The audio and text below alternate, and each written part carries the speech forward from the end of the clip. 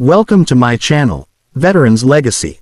Today's story will take you deep into the heart of an old hangar where dust, laughter, and memories of war hang thick in the air. It's a story of pride, sacrifice, and one man's unshakable bond with the machine that carried him through the skies of war. So sit back, listen close, and feel this one. The hangar doors creaked open slowly, letting in a flood of sunlight that bounced off rows of aluminum and steel. Inside, among a group of young airmen bustling around with their phones and wrenches, stood an old man. His hands were calloused, his posture slightly bent, his eyes hidden behind a pair of aviator sunglasses that had clearly seen better days. "Hey, Grandpa, you lost." One of the young airmen chuckled. "This ain't the museum." The old man smiled faintly, not replying. He walked slowly toward the corner of the hangar where a dusty P-51 Mustang sat on its landing gear, its faded paint peeling away like old memories. A lieutenant, probably in his late 20s, came over. "Sir, can I help you? This area's restricted." The old man nodded. "I was told she was here." "The Mustang. The sweet Lorraine. I came to see her." The lieutenant frowned. "You mean this rust bucket?" "Yeah, she's been sitting here for years. Some folks tried to restore her, but, well, it's a dead project now." The old man ran a trembling hand along the fuselage. His fingers traced the faint outline of letters that time had nearly erased. "You could just make out the name, Sweet Lorraine. She carried me through 35 missions over Europe," he said softly. "She deserves better than dust." The lieutenant looked puzzled. "Wait, you flew this in World War II?" The old man nodded again. 1944. 354th Fighter Group. I was her pilot." A few of the younger airmen overheard and started whispering among themselves. Some chuckled quietly, thinking maybe the old man was just another veteran exaggerating stories for attention. But he didn't notice. He was lost in the hum of old engines and the ghosts of the sky. Over the next few days, the old man came back. Every morning at sunrise, he would arrive, toolbox in hand, and start cleaning, repairing, and tightening bolts. The airmen laughed at first. "Look at him," one said. "He's trying to fix a plane older than my granddad. Maybe he thinks he can fly it again," another added. But the old man worked quietly, methodically. He didn't ask for help. He didn't talk much. He just worked. His hands, though aged and trembling, knew every rivet, every switch, every line of that plane as if they were part of him. Day after day, he sanded the wings, polished the canopy, and cleaned the instruments inside the cockpit. When he climbed the ladder and sat inside, he didn't see a pile of metal.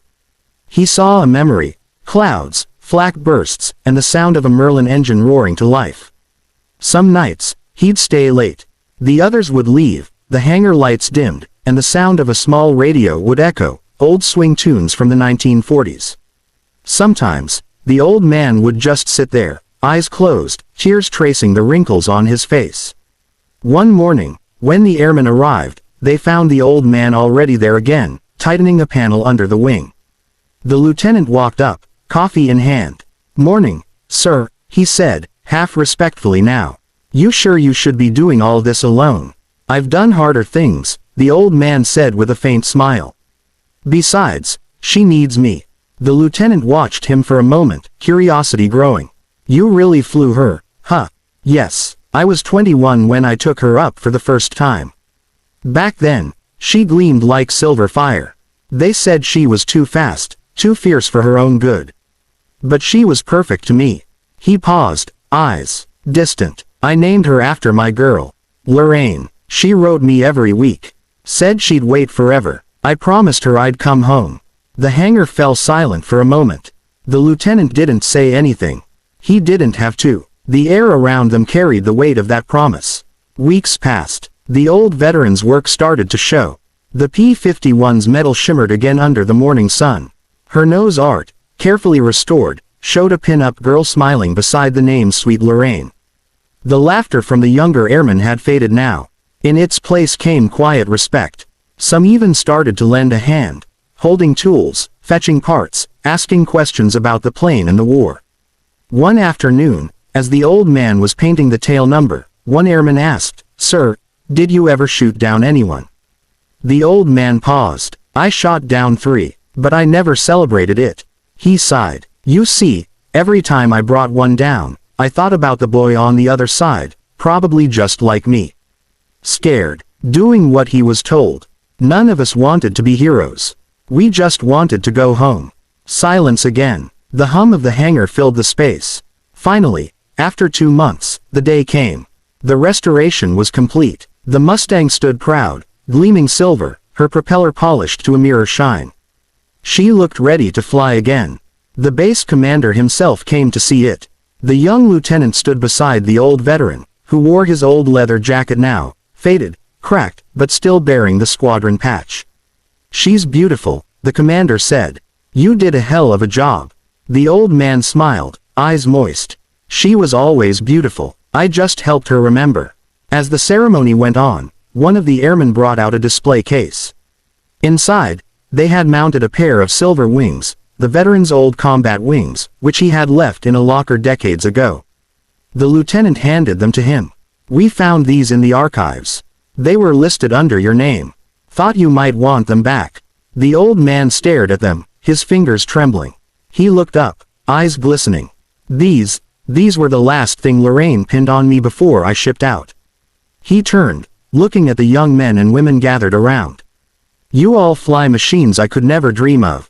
But remember, it's not the wings that make you fly. It's what's behind them. The courage, the heart, the people waiting for you to come home. Later that day, the base arranged for the Mustang's engine to be tested. The old man sat in the cockpit, the lieutenant beside him on the ground. Are you sure you want to do this? The lieutenant asked. The old man smiled faintly. Just to hear her heart one more time.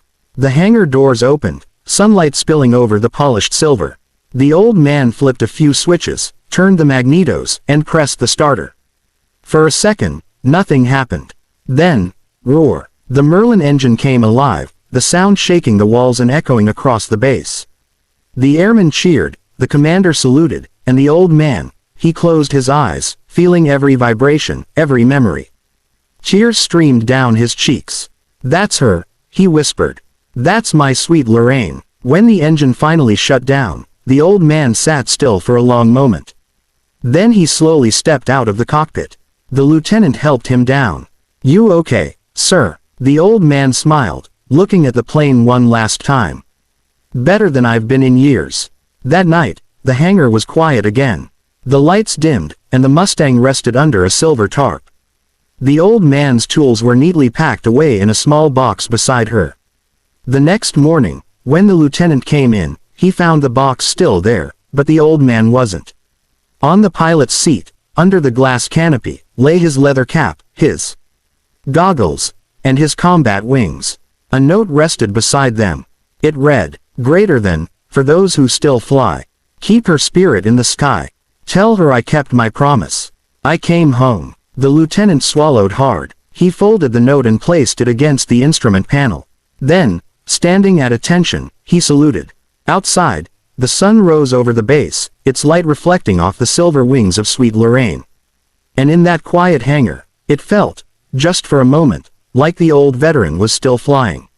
If you felt this story in your heart, if it reminded you of courage, of honor, of love that outlives time itself, then please, honor our veterans. Like, comment, and subscribe to Veterans Legacy. Because their stories deserve to keep flying.